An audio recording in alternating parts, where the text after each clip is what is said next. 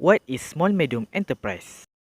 Small and medium-sized enterprise are business with revenue, assets, or a certain number of employees that fall below a certain threshold.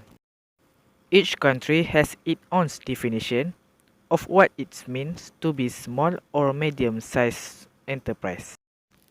The organization must have fewer than 250 employees and a turnover of less than $50 million or a balance sheet total of less than $43 million to qualify as a SME. In Malaysia, a company is classified as a SME if it meets either of the two qualifying criteria, namely sales turnover or full-time employee, which is lower. Assalamualaikum, and now I will present to you the literature review. The spread of COVID-19 is a health crisis. Also, it is more than that. It is a social, economic, and political crisis that has impacted billions of people and put the global economy in jeopardy. COVID-19 was found in Malaysia on January 25th, with cases related to the previously infected individuals who had stayed in Singapore with travelers heading back to China. Malaysia's government, like that of the other countries, take considerable actions to prevent spread of the virus to the population.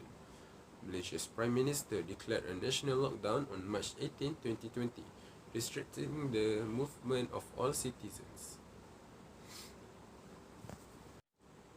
In Malaysia, SMEs are vital to economic development and regulate the vast majority of industries.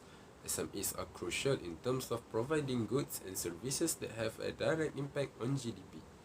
However, SMEs have also become an important source of employment opportunities, exports and investment or savings. Malaysia's SMEs predict no operating income for at least 3 months due to the country's ongoing Movement Control Order (MCO) to halt the spread of the COVID-19 pandemic. Malaysia's MCO, which was originally scheduled between March 18 and 31, necessitates non-essential business to cease operations and the general public to remain at home in order to prevent the COVID-19 outbreak. Since the implementation of the Movement Control Order (MCO) on 18 March 2020, in response to the COVID-19 pandemic, the Malaysian government has introduced a number of stimulus packages to help Malaysians and business. The stimulus package began with 1. Package Perangsang Ekonomi 2020 and 2. Prihatin. Prihatin offered cash payments as RM230 billion to cover lost revenue as well as wage incentive to motivate business to retain employees. The third package, Prihatin Plus package, an additional RM10 billion, primarily to assist SMEs. Number 4 is Penjana. The real aim of Penjana was to start up the economy by offering incentive to individuals and business to resume operations in the midst of the new normal. And lastly, Kita Prihatin, intended to assist micro SMEs. This stimulus package highlighted the government's important role in helping the SMEs to retain in business. Assalamualaikum, my name is Yazid Al-Irfan bin Zakri and I will present the macroeconomics theory. For this part, I will cover only 3 macroeconomics theory, which is economic growth, employment rate and national income.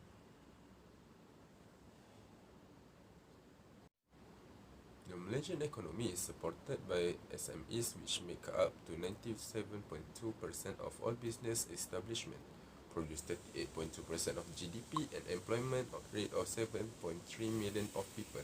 Although financial ecosystem has been established in recent decades to give SMEs a variety of funding choices from both public and private organizations. This has made it possible for SMEs in Malaysia to keep having access to a variety of funding options to meet their demands at a different stage of development. An unprecedented decline in economic activity was caused by the start of COVID-19 epidemic and the imposition of the Movement Control Order (MCO) in Malaysia. Malaysia's GDP shrank by a record-breaking 17.1% year-over-year in Q2 2020. Business implemented digital strategies to make up for the decline in traditional revenue sources. Businesses that are left out of this digital revolution may find it difficult to exist, let alone grow, as more of business venues go digital. According to Department of Statistics, Malaysia will have 15.2 million workers by 2021. We have about 13.5 million workers who have made a living in a private or semi-private company organizations after subtracting the 1.7 million workers in the federal and state government service, including the statutory bodies and municipal authorities.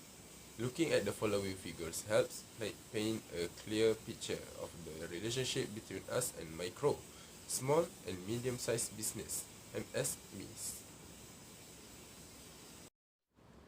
In Malaysia, there are 920,624 business entities and 99% of them are small and medium-sized enterprise (SMEs).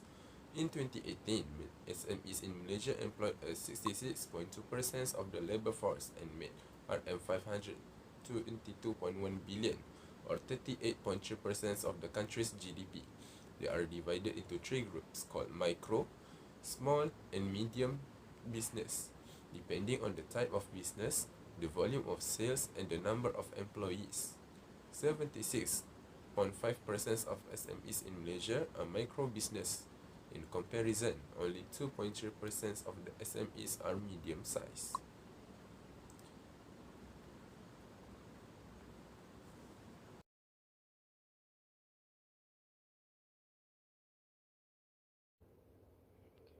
State operation among Malaysia's small-medium enterprise at the beginning of MCO 10.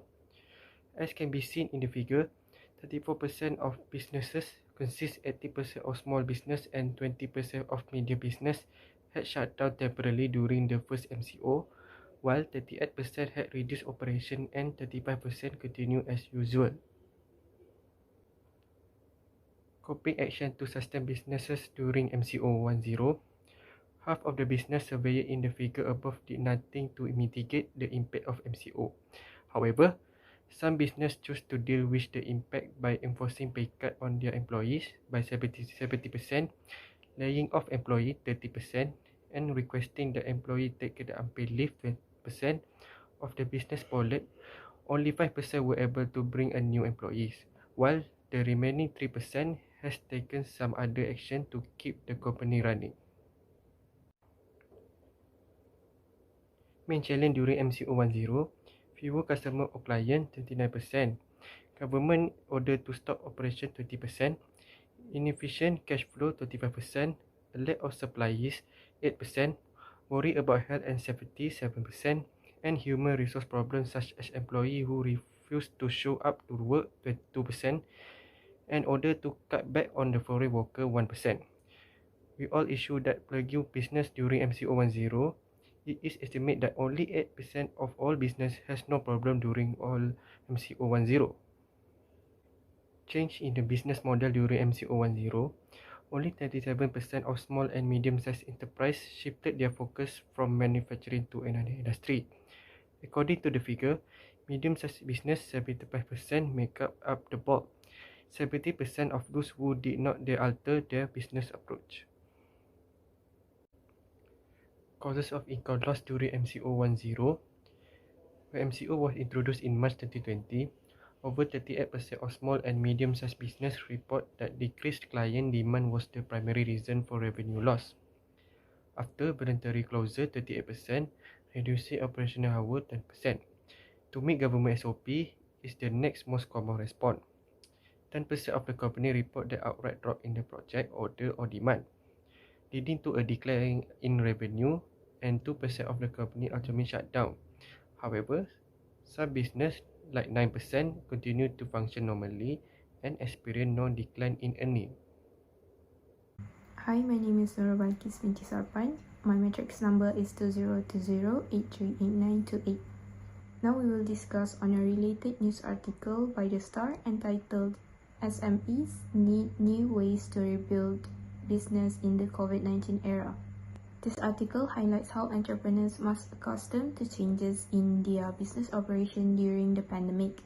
In the article, Muhammad Afsan Nizam Abdul Rashid, the chief economist of BIMB, and Andrew Seal, the country head of commercial banking for HSBC Malaysia, recommended some ways that SMEs can try to rebuild their business. Firstly, business owners should find ways to upgrade their business operations according to the recent shift to digitalization. Secondly, entrepreneurs must be open to diversifying their revenue stream. Thirdly, entrepreneurs should do R&D as well as upskill their business. And lastly, business owners needed to get the basics of cash management.